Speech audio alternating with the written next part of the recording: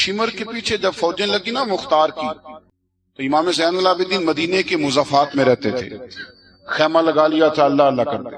مختار کی فوجیں شمر کے پیچھے لگیں، گرمی کا موسم، گھوڑے پیچھے ہیں، چھپتا چھپاتا دوڑتا، گرمی میں تھوڑا بہت دوڑنا پڑے تو زبان باہر آ جاتی اور انسان کے وجود کی عجیب کیفیت ہوتی۔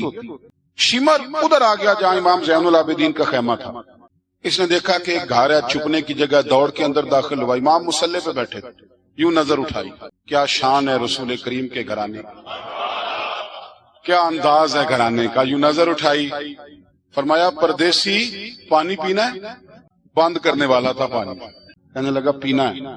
شمر کہتے میں سمجھا کہ پہچانا نہیں امام زین العابدین۔ وقت بدل گیا، حالت بدل گئی، وہ تاج و تخت والے آج رسوا ہیں۔ امام زین العابدین خود اٹھے، سننا اور یاد رکھنا، برت پیالے سے پانی، اپنے مٹکے سے پانی پیالے میں ڈالا، پھر ایک پیالہ دیا، پھر دوسرا دیا، اور پیو گے، تیسرا دیا۔ شمر کہتے جب میں سیر ہو کے پانی پی لیا نا تو مجھے تو گمان تھا نا پہچانے نہیں، تو میں اجازت لے کے باہر نکلا تو میں نا پانی تو پی لیا پر پانی پانی ہو گیا۔ کہتے ہیں کہ پانی پانی ہو گیا، یار میں نے پانی بند کیا، پیاسے رکھا 3 دن اور مجھے پلا رہے ہیں، شرم آئی اور میں نے کہا مر تو اب جانا ہی ہے، تو زین العابدین سے ایک سچی بات نہ کر لے۔ میں اندر گیا تو امام پھر گردن جھکائے بیٹھے تھے، تو میں نے کہا زین العابدین شاید آپ نے پہچانا نہیں، تو امام صاحب نے نظریں اٹھائی تو آنکھوں میں آنسو تھے۔ فرمایا کیوں نہیں پہچانا؟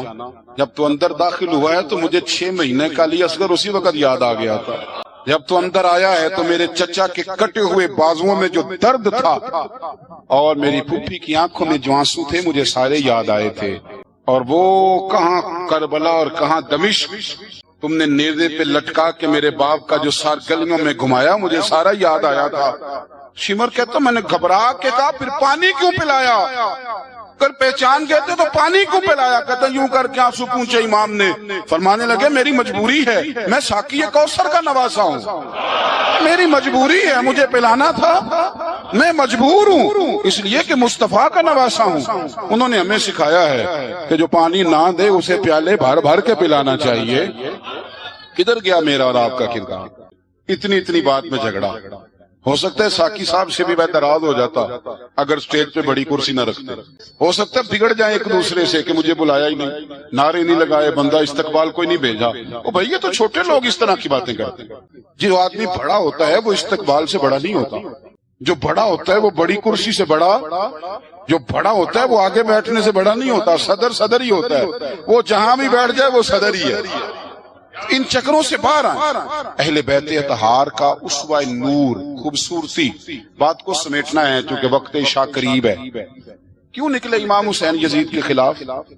یزید تو جامع مسجد دمشق کا خطیب تھا، چلیں اب پتہ چل گیا، داڑھی والا آدمی، علماء جانتے ہیں، جبہ پہنتا تھا بڑا شاندار، حج کے خطبے دیتا تھا، حج کے۔ یزید داڑھی والا، پگڑی والا، امامے والا، جبے والا، حج پڑھانے والا، تو امام آپ کو کیا ضرورت پڑی تھی اس کے خلاف نکلے اور اس طرح نکلے کہ بچے قربان کرا دیے؟ تو امام حسین کے سارے خطبے، مدینے سے مکہ، مکہ سے مقام بیضا، وہاں سے کربلا، سارے خطبے، وہی خطبہ پھر دمشق میں امام زین العابدین کا، وہی پھر مدینے میں امام زین العابدین کا۔ امام حسین فرمانے لگے یزید اللہ کی حدوں کو توڑتا ہے، رب کے حلال کو حرام اور حرام کو، آپ کے ملک میں کہا نہیں جاتا کہ مولوی گنجائش نکالیں سود کے بارے میں، کہا یہ اللہ کی حدوں کو توڑتا ہے، نمازیں چھوڑ کے پڑھتا ہے، رنڈیوں کا ناچ دیکھتا ہے، مجرا جو آج کل گند ہر ایک موبائل میں آیا ہے، یہ امام حسین نے یہ خطبہ دیا، فرمایا کہ مجرے دیکھتا ہے، ناچ دیکھتا ہے، عیاشیاں کرتا ہے۔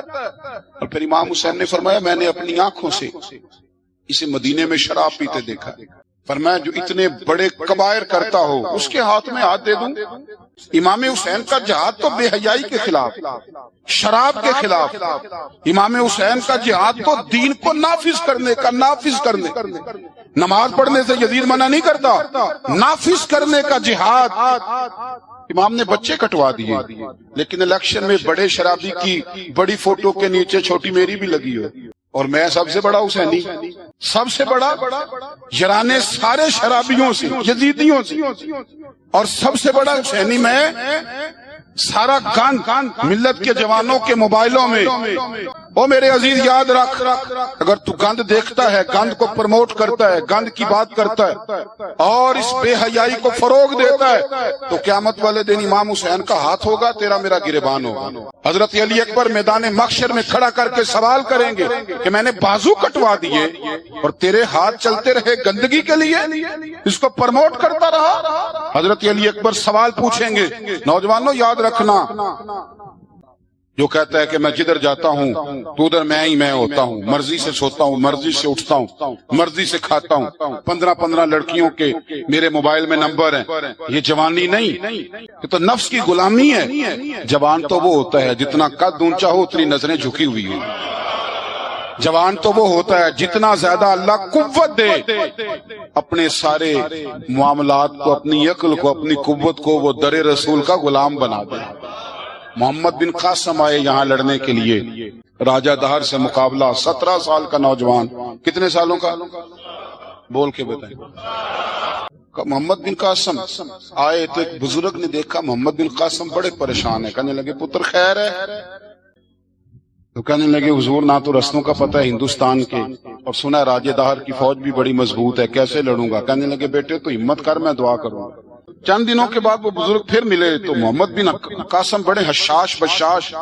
تو بزرگ کہنے لگے آج بڑے حشاش بشاش ہو، خیریت ہے؟ محمد بن قاسم کہنے لگے حضور مجھے پتہ چل گیا، 2 سے 2.5 گھنٹے لڑے گا راجہ دہر پھر بھاگ جائے گا، اس سے زیادہ میرے مقابلے میں ٹھہرے گا نہیں. کہا کیوں؟ کہنے لگے میں نے پتہ کرایا وہ نظر کا گندا ہے. انہیں معلومات کرائی ہیں، اس کی تو پھپھی کی، ماموں کی، خالہ کی، چچا کی بیٹی اس کی گندی نظر سے محفوظ نہیں. جن کے پیٹوں میں رزق حرام ہو اور آنکھوں میں بے حیائی ہو وہ کبھی کسی میدان میں کھڑے نہیں رہ سکتے. 2 گھنٹے سے زیادہ کھڑا نہیں رہے گا. کہنے لگا حضور میں 17 سال کا نوجوان ہوں، یا میں نے کعبہ دیکھا ہے یا قرآن دیکھا ہے، اور جب دل زیادہ للچاتا ہے تو مصطفیٰ کی قبر انور کو دیکھا کرتا ہوں. ہم نے باحیا زندگی رکھی ہوئی ہے. سنیں جی، اللہ جزائے خیر. سنیں امام حسین نے نا سر سجدے میں کٹایا اور تلاوت نیزے کی نوک پہ بھی جاری رہی. آج محفل سے جانے کے بعد جس نے 2 نفل نہیں پڑھنے اور سپارہ قرآن پاک کا نہیں پڑھنا، مجھے یہ لگتا ہے کہ اس نے بھی محفل کا مزہ نہیں چکھنا. کم از کم اتنا تو کرو یار کہ کسی پارہ روز کا.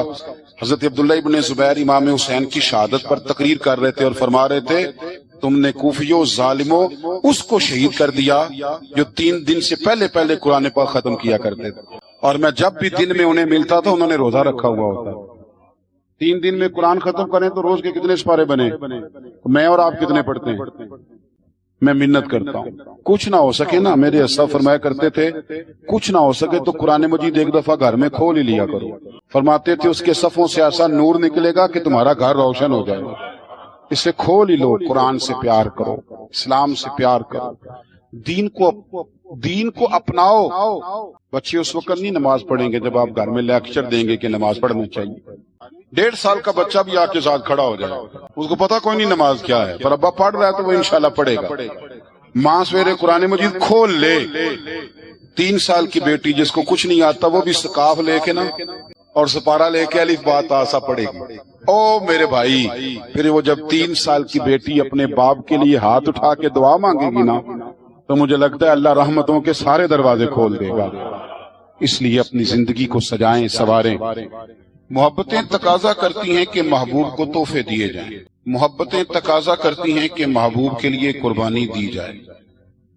وہ عاشق جھوٹا ہوتا ہے جو محبت تو کرتا ہے قربانی کوئی نہیں دیتا. وہ ناکام عاشق ہوتا ہے جو محبت تو کرتا ہے پر محبوب کے لیے کوئی تکلیف برداشت نہیں کرتا. میرے رسول کریم علیہ السلام نے نا، ہمارے ہاں لوگ سمجھتے ہیں جی میں لاڈلا ہوں. جی بھئی کیا مطلب؟ کہتے ہیں میں لاڈلا ہوں، مجھ سے پیار بڑا کرتے ہیں. آپ کو پتہ ہے لاڈلا کون ہوتا ہے؟ نبی پاک صلی اللہ علیہ وسلم نے فرمایا میں اپنے رب کا سب سے زیادہ محبوب ہوں اور سب سے زیادہ تکلیفیں بھی مجھے ہی آئی ہیں. لاڈلا اس کو کہتے ہیں جس کو آنکھوں پہ بٹھایا جائے. کہ لاڈلا تو وہ ہوتا ہے جسے تکلیف سہنی پڑتی، وہ آزمائش میں ہوتا ہے، وہ اذیت میں ہوتا ہے، وہ لاڈلا ہوتا ہے. حضور فرمانے سنو میری بات کو، اس کو سمجھو. فرمایا میں اللہ کا سب سے زیادہ محبوب ہوں اور سب سے زیادہ تکلیفیں بھی مجھے آئی ہیں، اس لیے کہ میں اس کا محبوب ہوں بھائی یہ محبت کا رستہ ہے. اگر آپ لاڈلے ہیں تو بتاؤ پھر اذیت کتنی اٹھائی. اگر آپ لاڈلے ہیں تو تکلیف کتنی برداشت کی. جتنے لاڈلے ہیں حضرت آدم سے لے کر میرے محبوب تک سب نے تکلیفیں اٹھائیں. حضور کے صحابہ نے بڑے غم سہے، زخم پہ زخم کھا کے جی، خونے جگر کے گھونٹ پی، آہ نہ کر لبوں کو سی، یہ عشق ہے کوئی دل لگی نہیں. ہمارے ہاں نا لوگ سمجھتے ہیں بب موج لگ جائے گی لاڈلا بن جاؤں گا. بھائی یاری تیری سونا پر ازمائشاں بھی تیریاں آگ، اے سونا پرکھیا جامدائی پہلو نہ لگاں دے لگ. آپ سمجھ لیں اس بات کو کہ یہ سراسر لاڈلا ہونے کا معنی سراسر امتحان ہے. نبی کریم صلی اللہ علیہ وسلم کی اہل بیت رب کریم کے بڑے محبوب ہیں اور نبی پاک کے بڑے لاڈلے ہیں، اور حضور کے جتنے بھی لاڈلے تھے وہ سارے آزمائشوں میں. لاڈلا وہ پیر صاحب کا بیٹا ہوتا ہے جو کرتا کراتا کچھ نہیں. مادر داد ولی ہے جی، لاڈلا ہے مطلب کیا کہتے ہیں، یہ کچھ بھی نہیں کرتا. 4-5 بندے ہوتے ہیں جو اس کے جوتے اٹھاتے ہیں، ٹیشو پکڑتے ہیں، آگے پیچھے دوڑتے ہیں. یہ لاڈلا ہے. لاڈلا تو وہ ہے اس کو درد ہو، اس کو آزمائش ہو، اس کو تکلیف ہو، جو نکلا ہوا ہو، جو کچھ کر رہا. نبی پاک علیہ السلام کے اہل بیت لاڈلے. سیدہ عائشہ صدیقہ فرمایا کرتی تھی حضور کی ازواج میں سے حضور کو سب سے زیادہ پیار سیدہ خدیجہ الکبریٰ کے ساتھ تھا. سیدہ خدیجہ الکبریٰ رضی اللہ تعالی عنہا مومنوں کی مائیں ہیں. حضور علیہ السلام سے نکاح ہونے سے پہلے وہ مکے کی ملکہ شمار ہوتی تھی. سونا ہے، چاندی ہے، تجارت ہے، کاروبار ہے، گھر ہے، ہر چیز. آپ فرماتی ہیں 20 کنیزیں میرے پاس ہوتی تھی، میں نے کبھی پانی کا پیالہ بھی اٹھ کے نہیں پیا تھا. اور پھر میں لاڈلی ہو گئی نبی پاک، پھر لاڈلی ہو گئی، پھر حضور کی نظر کرم مجھ پر پڑی، پھر محبوب کریم علیہ السلام نے مجھے قبول فرمایا. اور پھر رنگ کیا بنا. ظہر کے وقت ابن اسحاق کہتے ہیں ظہر کے وقت نبی کریم کی بارگاہ میں ساری دولت، ساری کنیزیں، سارے غلام حضرت خدیجہ نے دیے. زور کے وقت عصر سے پہلے پہلے میرے نبی نے سارا کچھ تقسیم فرما دیا. یہ بطور مثال بیان کرتے ہیں، فرماتے ہیں یوں سمجھو کہ زور کے وقت دیے اور عصر سے پہلے پہلے حضور نے بانٹ دیے. وہ بی بی جس نے کبھی بھی پانی کا پیالہ نہیں پیا تھا، پھر وہ گھر میں جھاڑو دیتی، پھر وہ چولہے میں آگ جلاتی، اور پھر وہ خاتون. دیکھیں نا، بندہ غریب سے امیر ہو جائے تو گزارا ہو جاتا ہے، اور امیر سے غریب ہونا پڑ جائے بڑی مشکل ہوتی.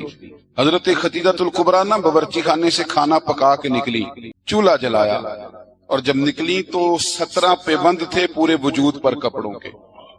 تینوں لب دیاں آپ گواچے، سانو اپنی خبر نہ کوئی، ساتھوں پہاڑے نی ککھ گلیاں دے. ان تے سانو آخ دے لوگ شدائی، ننگ نموس دا ساڑ کے چولا، گل پہنے تاج گدائی. او سجنا اپنا آپ گوایا ہے تاں یار نے چاتی پائی. نبی کریم صلی اللہ تعالی علیہ وسلم.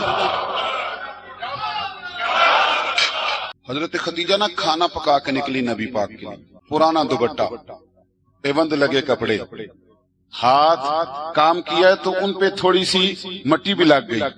بی بی صاحبہ کھانا پکا کے جب لائی نا حضور کی بارگاہ، ادھر دیکھنا میری طرف، بارگاہ. یہ بیٹی کو سکھاؤ، یہ بیٹی کو، یہ حدیثیں بیویوں کو بتاتے ہیں، یہ بیٹی کو سکھاؤ. اسے پتہ چلے کہ جب عورت خود خامن کے لیے کھانا پکا کے لے جاتی ہے تو پھر اسے اعزاز کیا ملتا ہے. حضرت خدیجہ الکبریٰ وہ کھانا پکا کے لائیں، اور جب نبی رحمت علیہ السلام کے سامنے کھڑی ہوئی نا تو حضور غور سے چہرہ دیکھنے لگے. حضرت خدیجہ عرض کرنے لگی حضور کیا دیکھ رہے ہیں؟ فرمایا خدیجہ دیکھ یہ رہا ہوں کہ آپ کے آنے سے پہلے پہلے جبریل امین آ گئے، اور وہ کہہ رہے تھے کہ یا رسول اللہ خدیجہ کھانا پکا رہی ہے، جب لے کے آ جائے تو اسے اس کے رب کا سلام کہہ دیجیے گا. اس لیے کہ جب آپ قربانی دیتے ہیں، جب آپ احسار کرتے ہیں، جب آپ کچھ کر کے دیتے ہیں. میرے معاشرے میں، میرے زمانے میں میری طرح کے سینکڑوں لوگ ہیں جن کی موجیں لگی ہوئی ہیں، کیا کرایا کچھ نہیں. ہم نے نا دین سے کچھ لیا ہے، دیا نہیں، اور ہمارا آج بھی لینے کا شوق ہے، دینے کا نہیں.